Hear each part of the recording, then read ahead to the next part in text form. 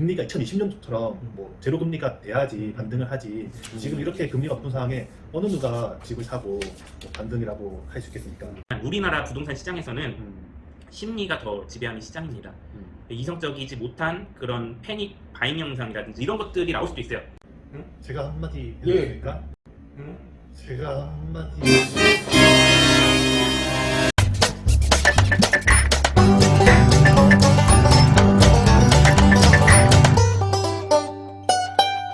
그러니까 기준금리와 관련된 거와 관련해서 이야기할 때 사실 황한술 연구원의 논리가 더 맞겠지만 우리나라 부동산 시장에서는 심리가 더 지배하는 시장입니다. 이성적이지 못한 그런 패닉 바잉 영상이라든지 이런 것들이 나올 수도 있어요. 물론 이거는 제가 한마디 해도 예. 됩니까? 패닉바잉이라고 했는데 이거는 우렁한 겁니다. 사실은. 아니 그러니까 심리적으로 근데 서울에서는 저는 그런 패닉 바잉보다는 좀 심리가 좌우하는 그런 매수장이 펼쳐질 수도 있다. 그렇게 생각합니다. 패닉 바잉은 그냥 농담이고요. 이거 사실은 이제 우리도 집 사는 입장도 그 사는 사람 입장도 이제 많이 똑똑해졌습니다. 아, 그렇죠. 뭐 패닉 바잉, 뭐 심리다 이거는 옛날이라고 생각합니다. 그럼요. 데이터로 얘기하고 이제 집 사는 사람들도 데이터로 보고 금리가 높아서 이렇게 타당하게 안 사는 거지. 어떤 사람들이 뭐 오를 것 같다라고 해서 집은 사는 시기는 끝났고 여기에 좀 더 힘을 실자면 하는 말씀입니다. 그러면 좀 여기서 좀 나아가서 그러면 좀 제가 황 연구원이 그럼 최근에 둔촌 조국 무순이라든지 이 지금 청약 결과라든지 되게 좋은데 그러면 그분들이 바보입니까?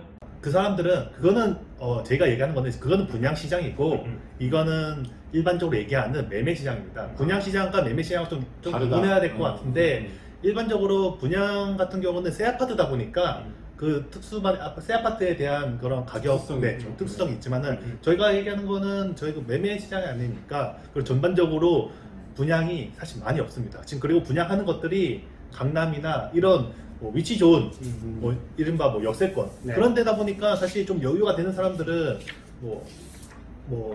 청약도 할 수 있겠지만은 일반적인 저희 서민들의 입장에서는 여전히 가격이 너무 높다. 역세권도 아닌데 너무 비싸지 않나. 그리고 금리도 너무 높다. 아주 토론이 불꽃 튀깁니다. 기준금리가 어떻게 변할지가 솔직히 예측하기가 쉽지 않죠.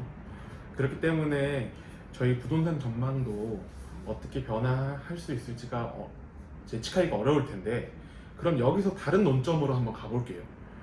부동산 하면 많은 사람들이 주목하는 것이 수도권이죠.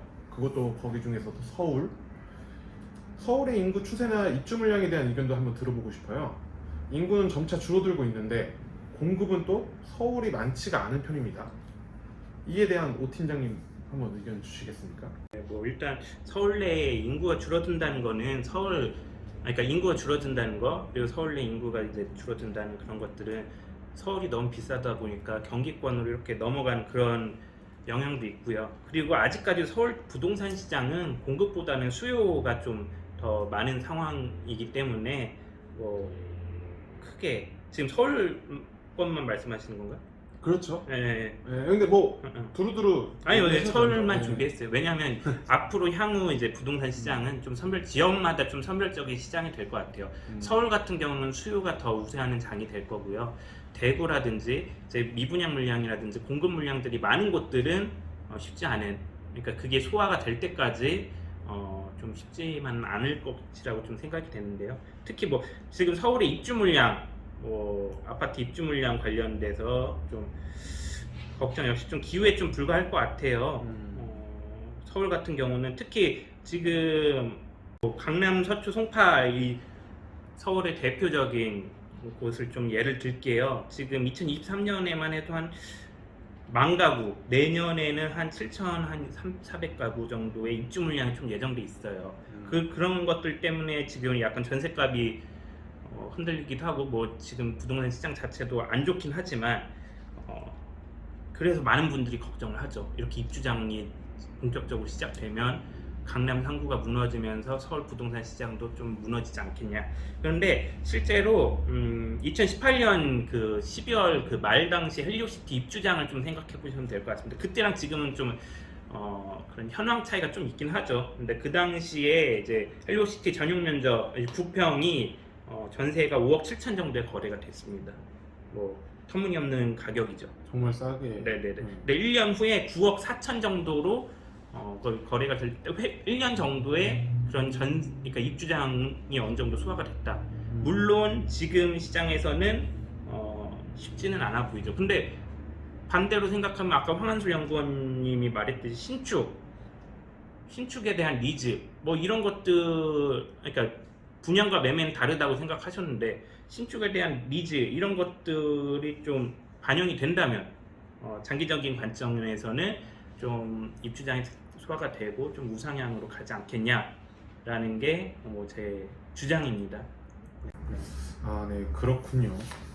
인구 감소는 현 부동산 시점에서 큰 영향을 끼치지 않고 입주 물량이 늘어나서 떨어지는 부동산 가격의 회복 속도는 과거 사례에서 다시 볼 수 있듯이 그런 사례가 있었어요. 한설 연구원님 의견은 어떠신가요? 아, 네, 저도 이제 그 저출산 관련돼서 이제 서울 집중화 현상은 계속 이뤄질 것으로 저도 동의는 합니다.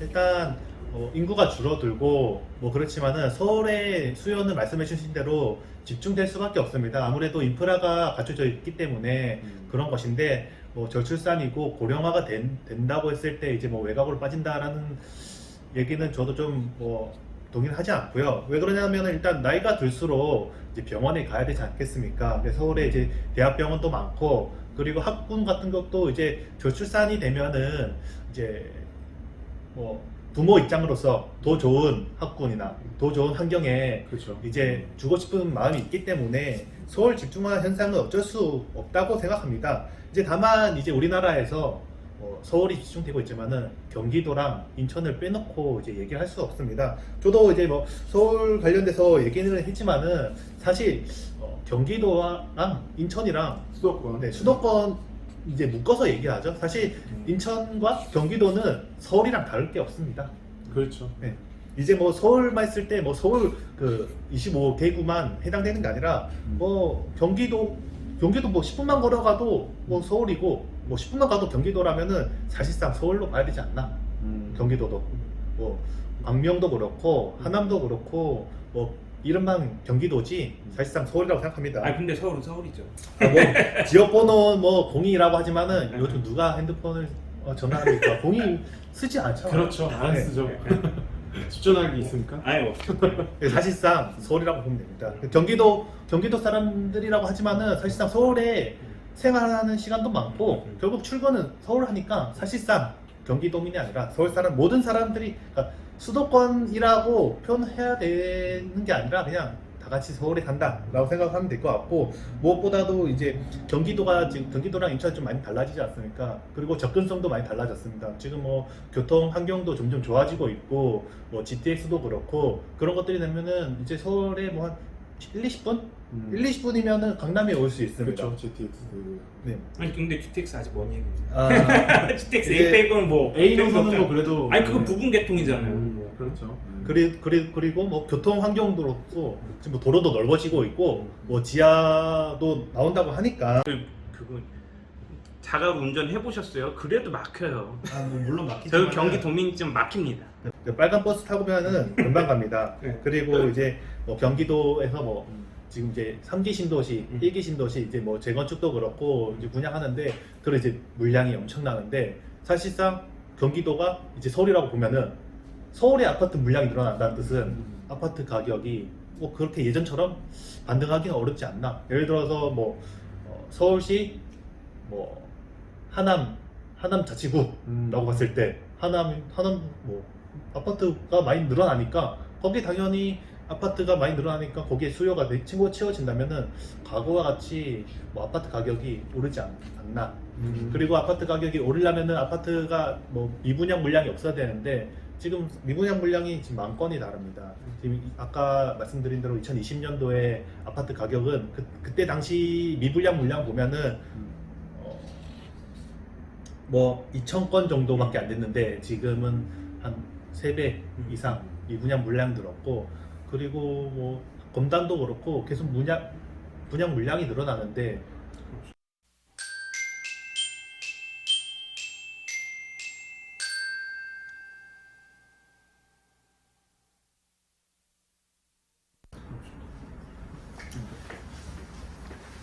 아파트 가격이 뭐 반등하기에는 무리가 있지 않나라고 생각이 됩니다. 두 분 의견 한번 잘 들어봤습니다. 두 분 의견 모두 충분히 일리가 있습니다. 하지만 이번처럼 갑작스레 코로나가 찾아올 수도 있고 미래 경제가 어떻게 흘러갈지는 뭐 예측할 수가 없기 때문에 부동산 전망도 예측하기가 쉽지 않습니다. 부동산을 예측 성공 확률을 높이기 위해선 개인의 안목이 좀 중요한데요. 부동산 시장은 장기적으로 봐야 한다고 합니다. 때문에 오르내리는 부동산 지표를 보고 섣부른 판단을 하지 말아야 한다는 점이 가장 중요하다고 생각하는데요. 최대한 저희 경제만렙에서도 안목을 높이실 수 있도록 좋은 자료와 내용을 준비하도록 하겠습니다. 오늘 인사이트 내용은 여기까지 하겠습니다.